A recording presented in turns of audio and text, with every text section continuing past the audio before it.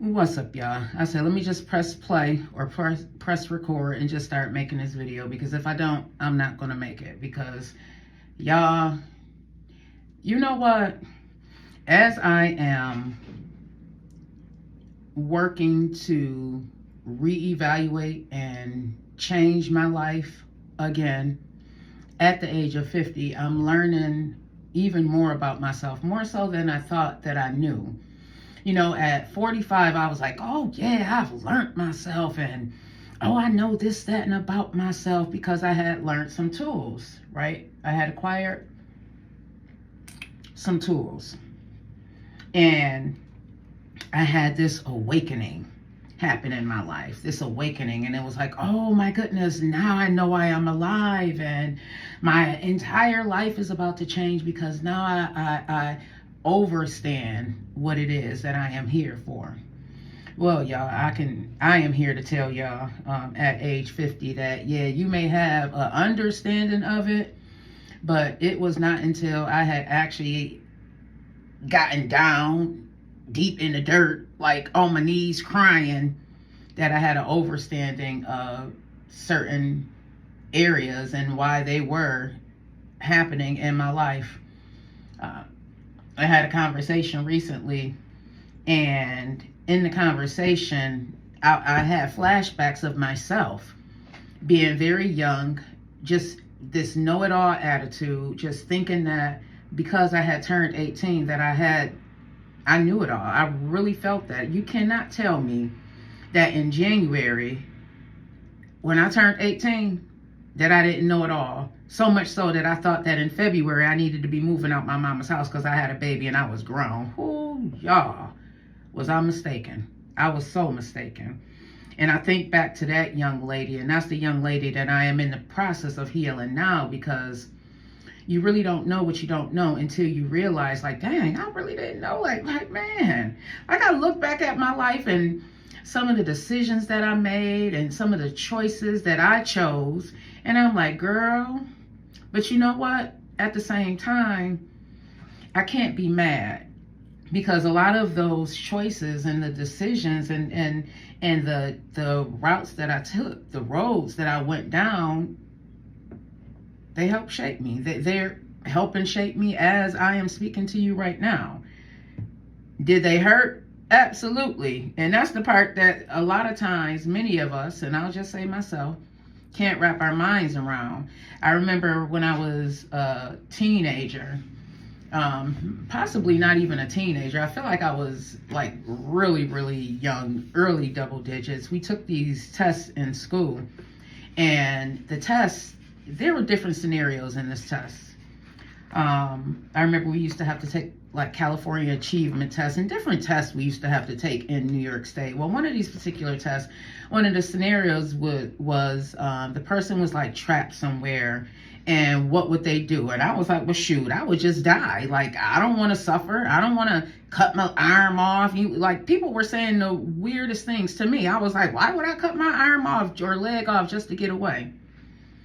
Well, years later, fast forward, I hear Les Brown talking about these tests, because if you don't know who Les Brown is, he's a motivational speaker, inspirational speaker, definitely have motivated me in different aspects, helped me realize different things about myself, and just different areas. If you don't know who that is, make sure you go look it up. Anywho, he was talking about, he was one of those people who used to come out and administer these tests to the schools. And I'm thinking, oh my goodness, I remember taking that test, and I remember my answer. I remember because we took this test, and after we took the test, we had a discussion. And I used to love discussions, because hello, I love to talk. So it was one of those discussion.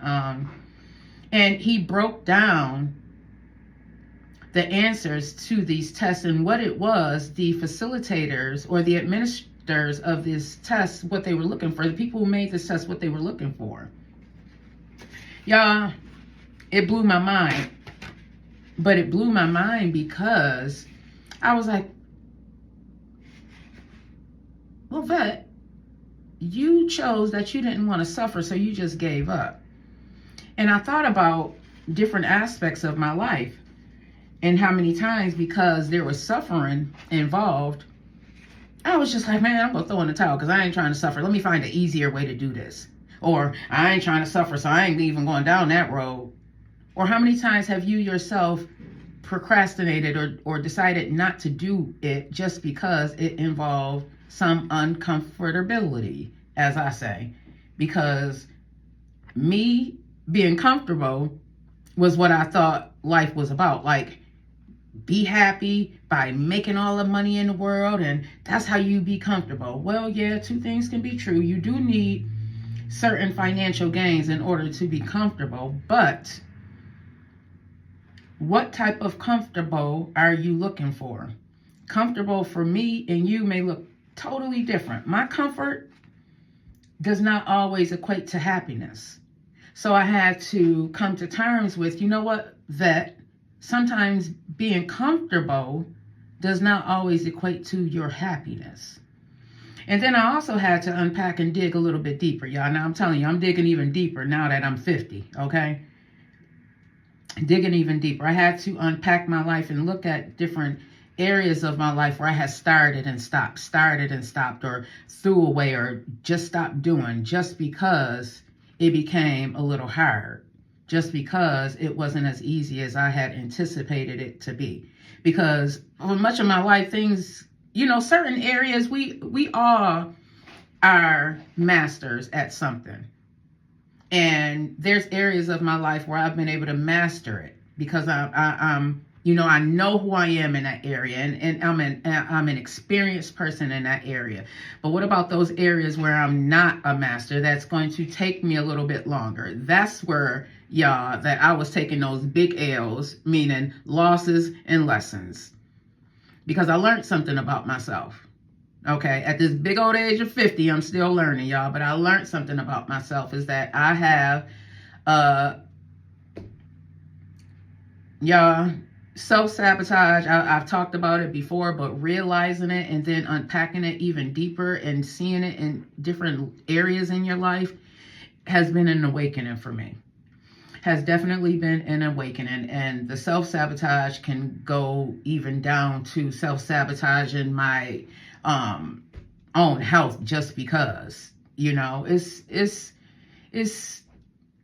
can get deep. That's why it's really, really imperative that I continue to go down this journey of figuring out who I am, because sometimes, y'all, we do ourselves dirty. And if you have been known to do that in your past, where you do yourself dirty, well, chances are you may still be doing yourself dirty in different areas. And that's what I found. It was like, man, once I was like, okay, I got this, it was like, okay, now the next thing. But it was like, wait a minute, I'm comfortable over here. Why do we have to go on to this next level?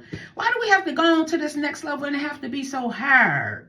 I already did this. I already mastered this. Why is there always some other stuff? Well, vet, I have equated that to growth. It's my growth. It's my growth. Whether it's been a friendship, a situationship, a relationship, a jobship, anything like that. Anytime that there's been storms in those areas, there's also, as long as I weathered the storm and learned my lesson, there's always been a level up in my life. Now, how I look at the level up and you look at the level up may be different. For me, I'm looking at where was I mentally, financially, spiritually, physically at this point in my life, and where am I now? I can't just equate it to one thing. I can't say, well, my bank account is fat, so I'm doing good. No, your bank account may be fat, vet, but how are you physically? How are you spiritually? How are you emotionally? How are you mentally? Those things matter too, I notice, in this big old age of 50, y'all. Okay? Man. So as I am unpacking and preparing myself. You see, thinking, should I lay down these edges? Does it really matter? I did put on a little bit of, what do you call it? Eyeliner, just to kind of spruce it up, because I don't want to look too ragged.